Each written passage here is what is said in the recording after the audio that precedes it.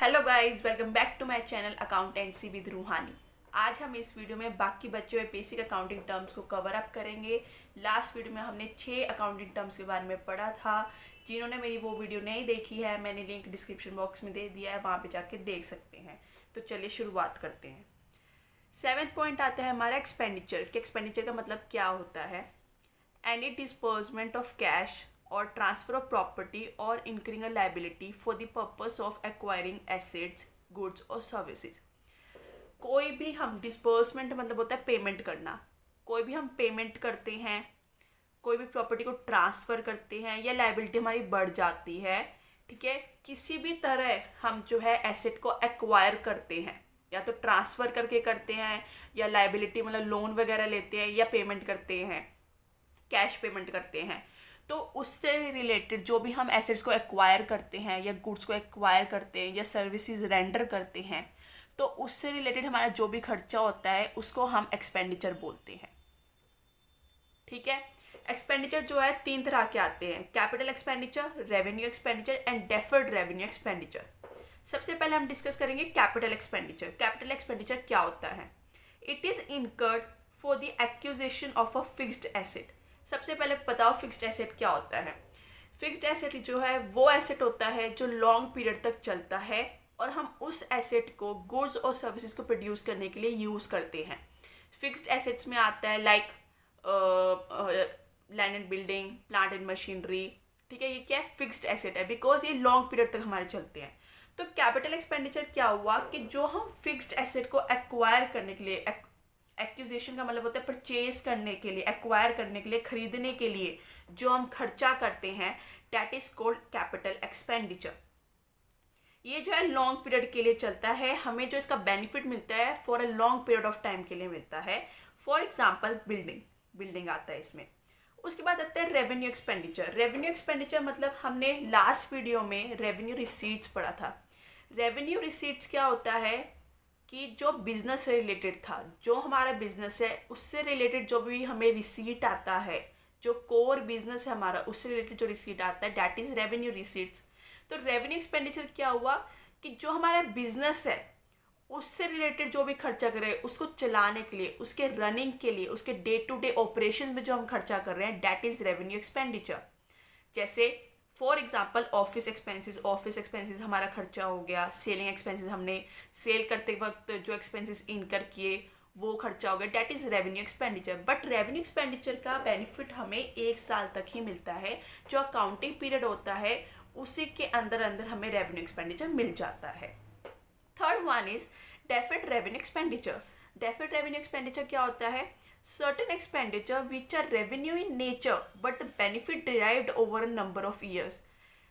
कुछ एक्सपेंडिचर ऐसे होते हैं जो रेवेन्यू इन नेचर है, मतलब जो बिजनेस से रिलेटेड, जो बिजनेस की रनिंग के लिए, चलाने के लिए हम खर्चा करते हैं, बट उनका जो बेनिफिट है वो हमें बहुत समय के लिए मिलता है। ठीक है, काफ़ी नंबर ऑफ ईयर्स के लिए मिलता है।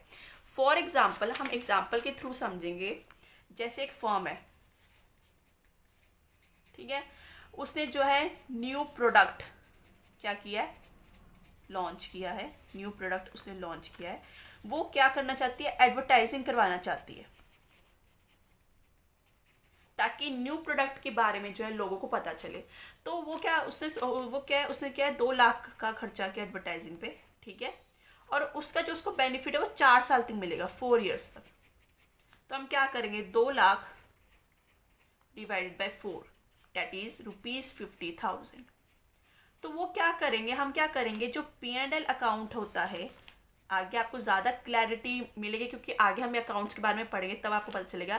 डेबिट साइड जो होता है हम एक्सपेंस बुक करते हैं, तो यहाँ पे टू एडवर्टीजमेंट एक्सपेंस करके हम 50,000 डाल देंगे और ये 4 साल लगातार डाल देंगे, क्योंकि हमें जो बेनिफिट है वो 4 साल के लिए मिल रहा है। 4 साल लगातार ऐसे बुक करेंगे और जो 2 लाख में से 50,000 तुम्हारा एक्सपेंस हो गया, क्योंकि एडवर्टीजमेंट में हमने जो है 50,000 रुपये लगाए, मतलब हर साल 50,000 रुपये लगाए, और जो बचा हुआ अमाउंट है, remaining amount that is 2 lakh minus 50,000, 1,50,000, वो जो है हम एसेट साइड जो है यहाँ पर कर देंगे, क्योंकि 1,50,000 का जो हमें बेनिफिट है वो आने वाले टाइम पे मिलेगा। तो ये क्या डेफर्ड रेवेन्यू एक्सपेंडिचर, कि जो एक्सपेंडिचर हमने रेवेन्यू इन नेचर है, कि जो बिजनेस से रिलेटेड है, बट जो इसका हमें बेनिफिट है वो हमें काफ़ी समय के लिए मिल रहा है, जैसे 4 years हो गए, 7 years हो गए, 3 years हो गए, वो डिपेंड करता है। तो this is called deferred revenue expenditure. उसके बाद आता है हमारा एक्सपेंस। एक्सपेंस क्या होता है? The cost incurred in producing and selling the goods and services. हमने गुड्स और सर्विसेज बनाने के लिए जो भी कॉस्ट इनकर करी है, डैट इज एक्सपेंस। जो भी खर्चा करा है डैट इज एक्सपेंस। लेकिन आप बोलोगे कि भी एक्सपेंडिचर भी यही था और एक्सपेंस का भी मतलब यही हुआ, कि डिफरेंस क्या हुआ?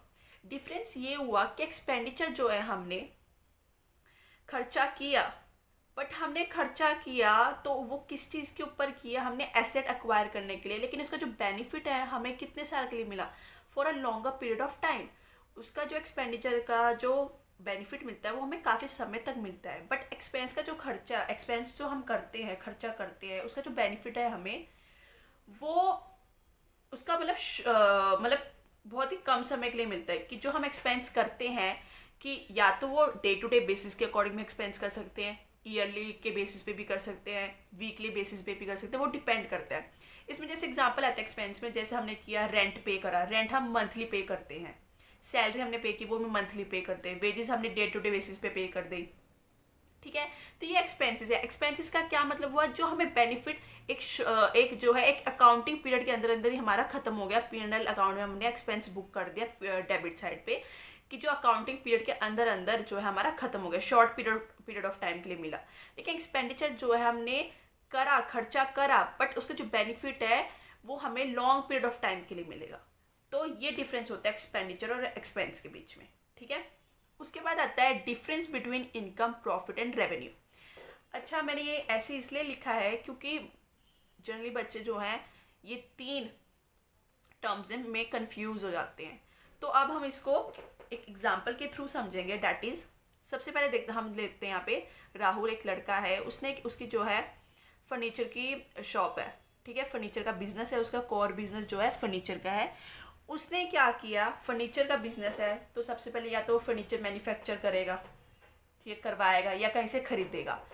तो वो जब तक उसके पास फर्नीचर ही नहीं होगा तब तक वो सेल तो कर नहीं सकता। तो पहले सबसे या तो मैन्युफैक्चर करवाएगा या कहीं से खरीदेगा। तो कुछ एक्सपेंस जो है खर्चा करेगा।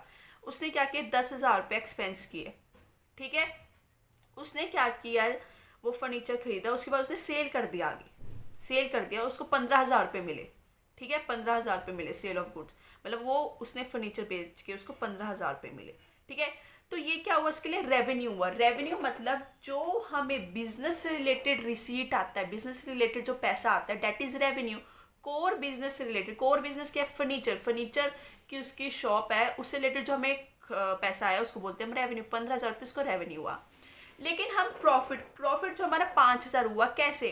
प्रॉफिट हम उस चीज़ को बोलेंगे कि जितना उसका एक्सपेंस, जितना उसका खर्चा हुआ, ठीक है, और जितना उसका पैसा आया है, ठीक है। खर्चा, अब उसका पैसा ये तो है नहीं कि भी ऑटोमेटिकली जादू से आ गया, उसने पहले कुछ खर्चा किया होगा, सामान खरीदा होगा तभी वो सेल किया उसने। तो सबसे पहले उसने क्या किया, खर्चा किया और फिर उसका पैसा आया। तो इन दोनों को जब हम माइनस करते तो 5,000 रुपये, तो मतलब उसके जो एक्चुअल उसने कितना कमाया, 5,000 रुपये का उसको प्रॉफिट हुआ, क्योंकि उसमें से कुछ तो उसका एक्सपेंस हो गया, कुछ उसका रेवेन्यू आया। जितना रेवेन्यू है और उसका जो डिफरेंस है वो प्रॉफिट हुआ, ठीक है। तो ये क्या है, रेवेन्यू क्या हुआ कि जो पैसा आया सेल करके, डेट इज रेवेन्यू। बट जो एक्चुअल उसकी जो स्टेटस क्या थी बिजनेस की, वो थी 5,000 रुपये का उसको प्रॉफिट हुआ, क्योंकि उसमें से उसने जो एक्सपेंस भी किया, खर्चा भी किया, वो भी तो माइनस करना पड़ेगा हमें। ये होता है प्रॉफिट और रेवेन्यू। अब आता है इनकम। इनकम का क्या मतलब है? इनकम को समझने के लिए हम क्या करेंगे, इनकम, अब जैसे राहुल है, फर्नीचर की शॉप तो है ही उसके पास, बिजनेस तो है ही उसका फर्नीचर का। उसने प्रॉपर्टी, कोई एक्वायर प्रॉपर्टी खरीद रखी है, कोई बिल्डिंग खरीद, सपोज उस पर बिल्डिंग है, उसने जो रेंट पे उसने जो है रेंट पे दे रखा है, तो उसको हर महीने रेंट भी आता है, ठीक है। राहुल ने इन्वेस्टमेंट करके शेयर्स में, शेयर्स आपको बहुत बड़ा चैप्टर +2 में आपको तब समझ आएगा, अभी आपको बस एक समझाने के लिए इनकम, तो मैंने ये चीज़ ली है कि शेयर्स क्या है। शेयर्स में उसने इन्वेस्टमेंट की, इन्वेस्टमेंट की तो उसको रिटर्न मिलता है, उसको हम बोलते हैं डिविडेंड। शेयर्स पे जो रिटर्न मिलता है उसको डिविडेंड बोलते हैं। तो उसको डिविडेंड मिल रहा है, ठीक है, डिविडेंड भी आ रहा है, रेंट भी आ रहा है और प्रॉफिट भी मिल रहा है उसको। बिजनेस से रिलेटेड प्रॉफिट इतना आ रहा है, उसको डिविडेंड आ रहा है, रेंट आ रहा है। तो ये सारा क्या हुआ, इनकम हुआ। इनकम इंक्लूडिंग क्या है, प्रॉफिट। इनकम में प्रॉफिट भी आ रहा है हमारा, ठीक है। तो ये क्या हुआ, इनकम। जो उसका बिजनेस के अलावा जो भी उसके पास पैसे आ रहे हैं, चाहे वो रेंट के थ्रू, डिविडेंड के थ्रू या किसी और चीज़ के थ्रू, ठीक है, प्लस जो बिजनेस से वो कमा रहा है, तो ये टोटल इनकम क्या होगी उसकी, वो टोटल सारी सारी चीज़ों को मिला के उसकी जो है इनकम आनी चाहिए। Revenue is related to the business, कि जो कोर बिजनेस है उससे रिलेटेड जो उसका रेवेन्यू आ रहा है, वो हम उसको, जो पैसा आ रहा है उसको रेवेन्यू बोलेंगे। लेकिन जब रेवेन्यू में से हम एक्सपेंस को माइनस करेंगे तो डेट इज कॉल्ड प्रॉफिट। और जो इनकम होएगी, जो अदर चीज़ों से भी कमा रहा है, अदर सोर्सेज से भी कमा रहा है, चाहे वो रेंट के थ्रू, शेयर्स के थ्रू, डिविडेंड के थ्रू, ठीक है, प्लस जो बिजनेस है ही है उसका, डेट इज कॉल्ड इनकम। उसके बाद आता है गेन। गेन होता है, मेरे पास बिल्डिंग है, मैंने उस 10 लाख में खरीदी, 12 लाख में बेच दी, तो 2 लाख का क्या हुआ, डिफरेंस क्या हुआ उसका, 2 लाख, तो 2 लाख मेरा गेन। लॉस क्या होता है कि अगर मैंने बिल्डिंग 10 लाख की खरीदी बट बेच दी मैंने 9 लाख की, तो 1 लाख का लॉस हो गया। उसके बाद आता है परचेजेस। परचेजेस मतलब होता है खरीदना। परचेजेस वर्ड हम सिर्फ गुड्स के लिए यूज़ करते हैं, और गुड्स, जिस परचेजेस वर्ड हम गुड्स के लिए यूज़ करते हैं, उन गुड्स के लिए जो गुड्स हमने यूज़ किए बिजनेस से रिलेटेड, जो हमारा बिजनेस से रिलेटेड है, ठीक है। जैसे मतलब एक सिंपल लैंग्वेज में ये है कि परचेज मतलब खरीदना किसी चीज़ को, ठीक है। गुड्स अभी मैं आगे बताऊंगी कि गुड्स का क्या मतलब होता है, लेकिन परचेज मतलब किसी चीज़ को खरीदना, बट परचेज वर्ड हम गुड्स के लिए यूज़ करते हैं।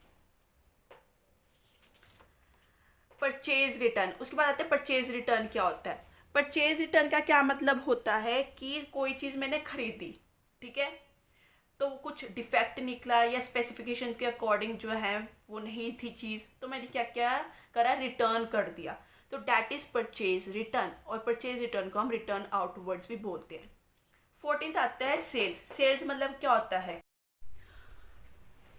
जब ट्रांसफर होके गुड्स जो है सप्लायर से कस्टमर के पास चली जाती है, ओनरशिप ट्रांसफर हो जाती है, डैट इज कॉल्ड सेल्स, ठीक है। और उसके बदले हमें जो पैसा मिलता है, that is called sales. Sale returns क्या होती है, रिटर्न्स इनवर्ड। इसका क्या मतलब होता है, सेल्स रिटर्न में रिटर्न इनवर्ड्स का क्या मतलब होता है कि जब हमने सेल की, कस्टमर को कुछ मतलब डिफेक्टिव प्रोडक्ट निकला, तो उसने क्या किया, वो वापस कर दिया किसी ना किसी रीजन की वजह से, तो क्या हुआ, वो सेल रिटर्न। और सेल रिटर्न को हम रिटर्न इनवर्ड्स भी बोलते हैं। उसके बाद आता है हमारा स्टॉक और स्टॉक इन ट्रेड। इसका क्या मतलब होता है, वो गुड्स जो हमने परचेज करे हैं रीसेल करने के लिए, या फिर वो गुड्स जो हमारे अकाउंटिंग पीरियड के एट द एंड, जब अकाउंटिंग पीरियड खत्म होने वाला होता है, तो अनसोल्ड, जो स्टॉक हमारा सेल हो गया वो हो गया, लेकिन जो स्टॉक बच गया उसको हम बोलते हैं स्टॉक। जो गुड्स बच गए हमारे, जो सेल नहीं हो पाए, उसको बोलते हैं स्टॉक। स्टॉक 2 तरह के होते हैं, opening stock, closing stock. Opening stock होता है जो beginning of the accounting period में पड़ा होता है, और क्लोजिंग स्टॉक जो end of the accounting period में पड़ा होता है। उसके बाद आता है इन्वेंट्री। इन्वेंट्री का क्या है, इन्वेंट्री एक वाइडर टर्म है, इसमें जो है बहुत सारा आता है, जैसे inventory of raw material, inventory of semi finished goods, ठीक है। तो ये वाइडर टर्म है, हमें बस ये याद रखना है कि ये वाइडर टर्म है, और इसमें जो है स्टॉक जो है ये इन्वेंट्री का एक पार्ट है। उसके बाद आता है very important 18th, that is trade receivables. Trade receivables क्या होते हैं, ट्रेड का मतलब हमें पता है, ट्रेड का मतलब होता है that is which is related to business, कि बिजनेस करना, ठीक है। और रिसीवेबल्स मतलब होता है पैसा आना, तो ट्रेड रिसीवेबल्स मतलब कि बिजनेस से रिलेटेड पैसा आना, that is called trade receivables. Trade receivables जो है 2 कैटेगरीज में divided, that is debtors and bills receivables. इन दोनों को मिला के बनता है हमारा ट्रेड रिसीवेबल्स।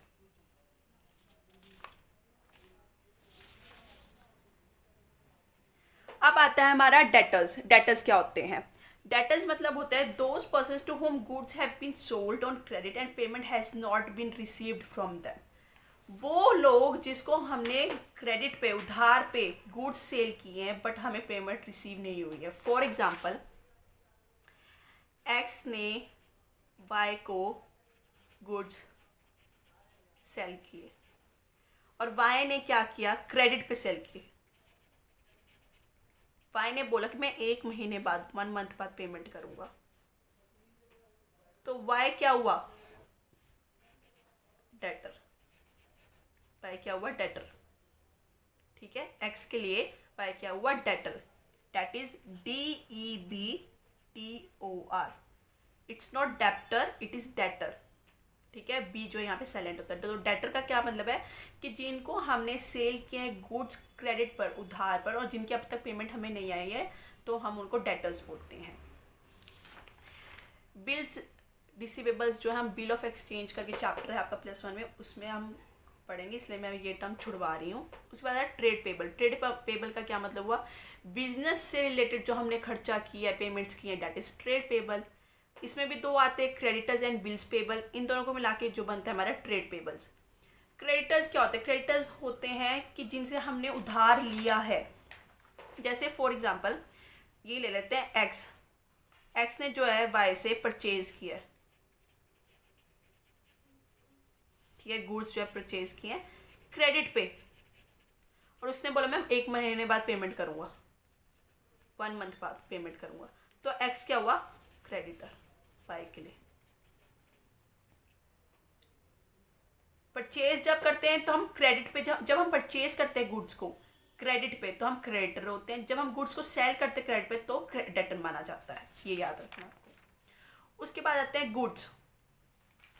गुड्स क्या होते हैं कि जो हम चीज़ें, जो भी हम चीज़ें क्या कहते हैं परचेज करते हैं रीसेल के लिए, या जो भी हम चीज़ें परचेज करते हैं फिनिश्ड प्रोडक्ट्स को बनाने के लिए, बट हमारा पर्पस क्या होता है, उनको सेल करना, वो होते हैं goods. For example furniture dealer है, वो जो है टेबल्स और चेयर्स को खरीदता है, तो वो tables and chairs furniture dealer के लिए क्या हुआ, गुड्स हुए। बट हम लोगों के लिए क्या हुआ, फर्नीचर हुआ। तो फर्नीचर डीलर के पॉइंट ऑफ व्यू से देखें तो उसके लिए वो क्या हुआ, गुड्स हुआ। तो गुड्स का क्या मतलब कि सेल के पर्पज से जो हम खरीदते हैं चीज़ें, दैट इज गुड्स। कॉस्ट क्या होता है कि जो भी हम एक्सपेंस खर्चा करते हैं, जैसे मशीनरी खरीदी, मैंने मशीनरी खरीदी, उसको इंस्टॉल करवाया फैक्ट्री के अंदर, उससे रिलेटेड जो भी एक्सपेंस हुआ, मेरा खर्चा हुआ, ठीक है, तो वो क्या है, सारा कॉस्ट है। उसको मैं अगर सपोज मैं गारमेंट का मेरा बिजनेस है, ठीक है, उससे मैंने गारमेंट्स खरीदे, उसमें मैं रेंट पे कर रही हूँ, ठीक है, तो ये क्या है, टोटल मेरा कॉस्ट है। अब मैं उतना उसको उस मार्जिन पे सेल करूँगी कि जिससे मेरे जितनी मेरी कॉस्ट है वो जो है रिकवर हो जाए। ठीक है, तो कॉस्ट क्या होती है, जो भी हम चीज़ खरीदते हैं उससे रिलेटेड जो भी हम खर्चा करते हैं, ठीक है, उसके बाद आगे उसको रीसेल करते हैं ताकि हमारी जो कॉस्ट है वो रिकवर हो जाए, उस मार्जिन पे हम रीसेल करते हैं, तो वो कॉस्ट होती है। उसके बाद आता है डिस्काउंट। डिस्काउंट का क्या मतलब होता है, डिस्काउंट हम बाहर जाते हैं, मार्केट्स में जाते हैं, तो हम लोग अगर कोई कपड़ा खरीद रहे हैं तो हमें जो है डिस्काउंट मिल जाता है।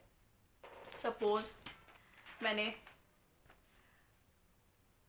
1000 के शूज़ खरीदे, मेरे को 10% का डिस्काउंट मिल गया, 100 रुपीज़ का, ठीक है, तो 900, तो मैंने उसको 900 पे किए, तो 100 रुपीज़ कहते मेरे डिस्काउंट था। डिस्काउंट क्या, रिबेट को छूट मिल जानी, ठीक है। 2 तरह के आते हैं, ट्रेड डिस्काउंट और कैश डिस्काउंट।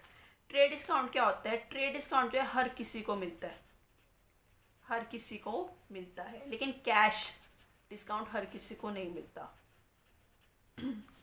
सपोज मैंने क्या कहते हैं 10,000 का कुछ सामान खरीदा, कुछ भी समझ लो, और मैंने जो उसमें जो है मेरे को 10% ऑफ मिला, ठीक है, तो इसका कितना ऑफ,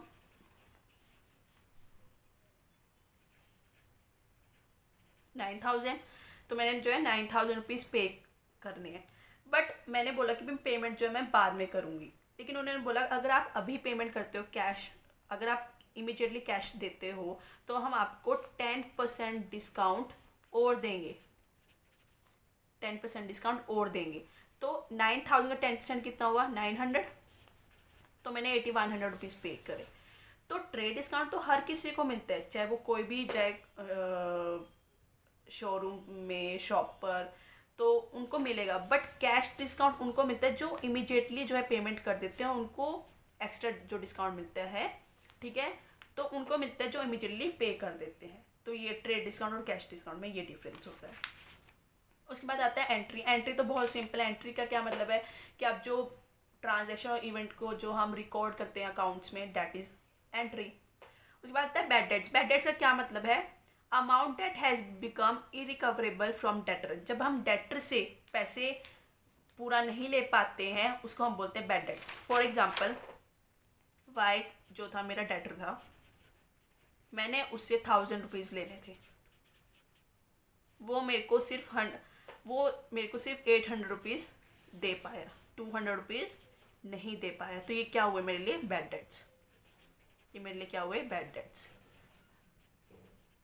क्यों, उससे मैं 800 ही रिकवर कर पाई, 200 नहीं, जबकि मेरे को 1000 रुपीज़ लेने थे टोटल, बट उससे मैं 800 ही रिकवर कर पाई। इंसॉल्वेंट होता है कि जो पर्सन और एंटरप्राइज जो है उस पोजीशन पे नहीं होते कि वो अपने डेट्स को क्लियर कर पाए, कि वो उस हालत में नहीं होते कि वो अपने डेट्स को, अपने उधार को जो उन्होंने उधार लिया होता है वो पूरा कर सके। और सॉल्वेंट जो है इसका ऑपोजिट हो जाता है कि वो पर्सन जो अपने डेट्स को कवर अप कर देता है, पे कर देता है, date is called solvent. Life stock आता है। लाइफ स्टॉक मतलब डोमेस्टिक एनिमल्स जैसे कैटल, हॉर्सेस, ये क्या है, लाइफ स्टॉक। ठीक है, तो अब यहाँ तक हमारे जो अकाउंटिंग टर्म्स जो है ख़त्म होते हैं। ये बहुत ही ज़रूरी टर्म्स हैं क्योंकि आपके आने वाले अकाउंट प्रैक्टिकल क्वेश्चंस में इस्तेमाल होंगे और ये आप लोगों को समझना बहुत ही ज़्यादा ज़रूरी है। नेक्स्ट वीडियो में हम लोग डिफरेंस करेंगे बिटवीन अक्रूवल एंड प्रोविजन। तब तक के लिए बाय बाय।